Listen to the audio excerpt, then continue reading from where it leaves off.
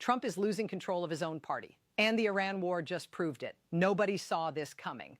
3 days after being voted out of office, a Republican senator walked back into Washington, looked Donald Trump square in the eyes, and voted against him on one of the most critical national security decisions of the year. And he wasn't alone. This is not just a political story. This is a story about war, about power, about the Constitution, and about what happens when members of Congress finally decide they've had enough of being kept in the dark while American soldiers are fighting and dying overseas.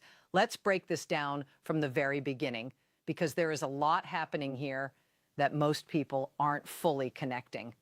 On February 28th, 2026, the United States launched what the Trump administration called Operation Epic Fury, a major joint military campaign with Israel targeting Iran.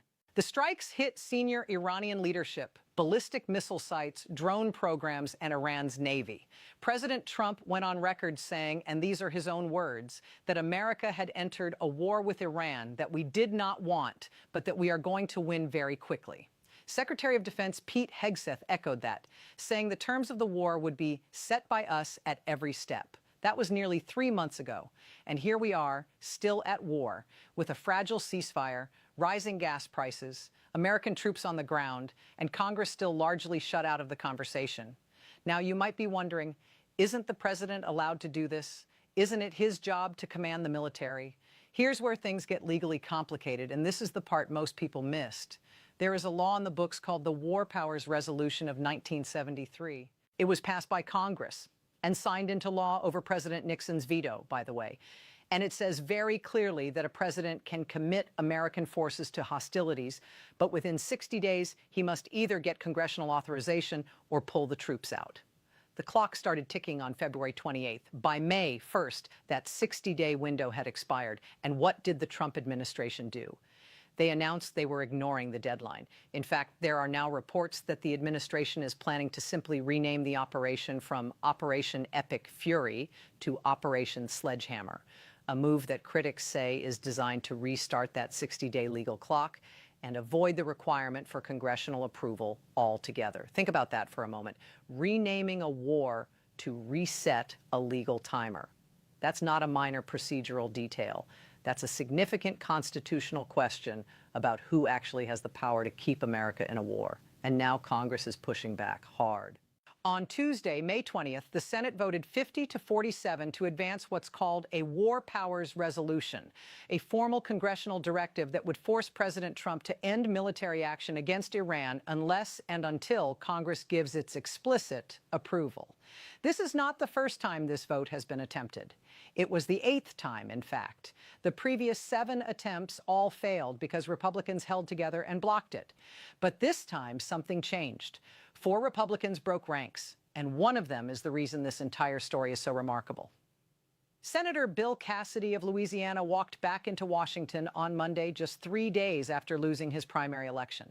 His political career in Louisiana is effectively over. He came in 3rd place in a 3-way race where he only received about 25% of the vote, getting knocked out by 2 Trump-aligned challengers, Congresswoman Julia Letlow, who had Trump's personal endorsement, and State Treasurer John Fleming. Letlow alone walked away with 45% of the vote. The message from Louisiana Republicans was unmistakable. But here is what's so striking about Bill Cassidy. When reporters asked him if he had any regrets, he looked them in the eye and said, "That may have cost me my seat, but who cares? I had the privilege of voting to uphold the Constitution. Isn't that a great thing? When I die, if that's put in my obituary, he voted to uphold the Constitution, I'll figure that that's going to be a better obituary." That is a remarkable thing for a politician to say. Remarkable and rare. Cassidy was referring to something that has followed him for 5 years now. His vote in early 2021 to convict Donald Trump after Trump was impeached by the House for his role in the events of January 6th. Cassidy was one of only 7 Senate Republicans who voted to convict.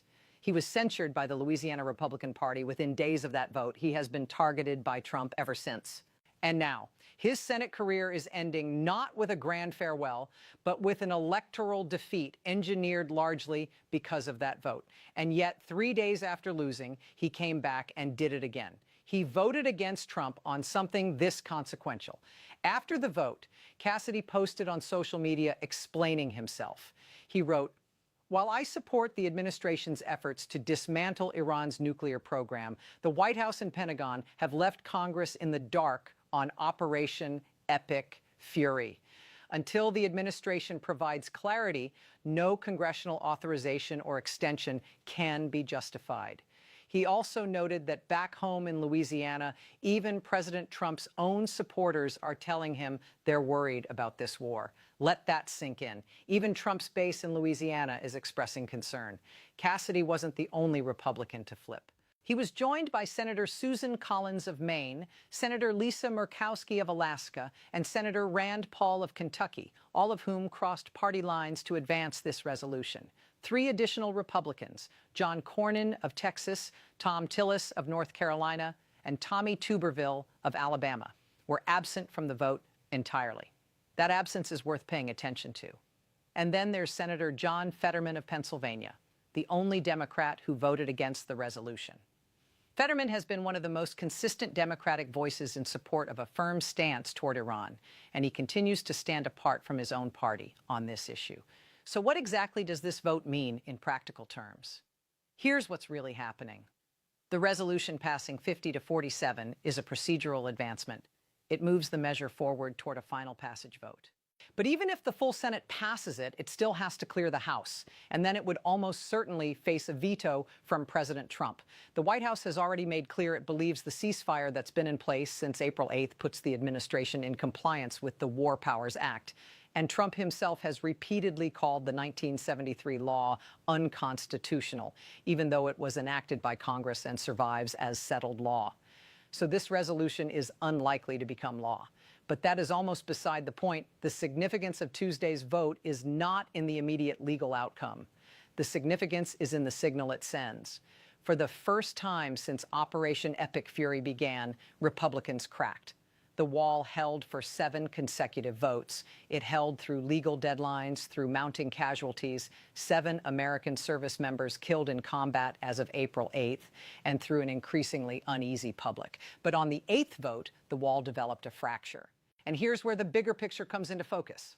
Senator Mike Rounds, a Republican from South Dakota who supports the war, acknowledged something important on the Senate floor. He said that while most of his GOP colleagues back the administration's military campaign, more and more of them are growing genuinely concerned about the long-term plan in the Middle East. He said, "I think a number of our members maybe just feel like it's time to have the debate." That phrase, time to have the debate, is significant coming from a senator who is not opposed to the war itself. Because what he's really saying is this: Congress is tired of being sidelined, tired of voting on appropriations, tired of briefing requests going unanswered, tired of watching a war unfold on television while the White House and the Pentagon treat Capitol Hill like an afterthought. Senator Chris Murphy of Connecticut, a Democrat, put it bluntly on the Senate floor before the vote. He said, "Peace negotiations are stuck, and so day after day after day, grocery prices climb, gas prices climb." And that's the domestic reality bleeding into this foreign policy debate. Americans are heading into summer with higher gas prices, an uncomfortable and politically toxic reality in a midterm election year. Let's zoom out even further, because this story connects to something much larger. Trump has spent much of 2025 and 2026 systematically removing Republicans who have crossed him. Liz Cheney is gone. Marjorie Taylor Greene resigned. And now Bill Cassidy has been defeated at the ballot box with Trump's active involvement. 4 of the original 7 Republican senators who voted to convict Trump after January 6th chose not to even run for re-election again. The political cost of defying Trump in today's Republican Party is enormous, and everyone in Washington knows it. And yet, on this issue, this war, cracks are still forming. Not because Republicans suddenly want to defy Trump as a matter of political strategy, but because the war is now real in ways that are hard to ignore. Real in terms of Americans killed, real in terms of energy prices, real in terms of an approaching midterm election where voters are going to have opinions about whether this war was the right call, whether it was handled legally, and whether their own representatives stood up to ask the hard questions. The constitutional question at the center of all this is one of the oldest debates in American government. Who has the power to take the country to war? The founders gave Congress the power to declare war. But over the last 80 years, since World War II, no formal declaration of war has been passed. Presidents have fought in Korea, Vietnam, Iraq, Afghanistan, Libya, Syria, and now Iran, using a patchwork of resolutions, executive authority claims, and creative legal interpretations. The War Powers Resolution of 1973 was Congress's attempt to claw back some of that authority. Decades of presidents from both parties have essentially ignored or minimized it. Now, with American troops in a live war against Iran, the question is front and center once again. Does Congress have a meaningful role in deciding whether this war continues, or is that decision entirely up to the president? Tuesday's vote didn't answer that question, but it made clear that at least 50 members of the Senate believe Congress has a right to weigh in, and it made clear that the coalition holding the line for Trump is beginning to show stress. Over in the House, a similar War Powers resolution is expected to come up for a vote on Wednesday. Last week, a nearly identical measure failed in a stunning 212 to 212 tie.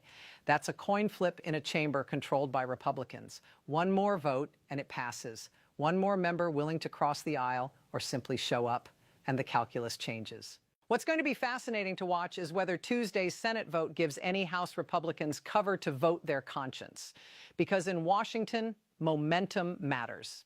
And right now, there is momentum building around the idea that this war needs congressional oversight, even among people who support the war itself. As for Bill Cassidy, a man who gave up his Senate seat in 2021 to vote his conscience on January 6th, who spent 5 years being vilified and primaried, who just lost that primary 3 days ago. He came back to Washington and voted against the president one more time, not out of political ambition, because he has none left, not for personal gain, because there is none. He voted the way he voted because, in his own words, he believed it was the right thing to do under the Constitution.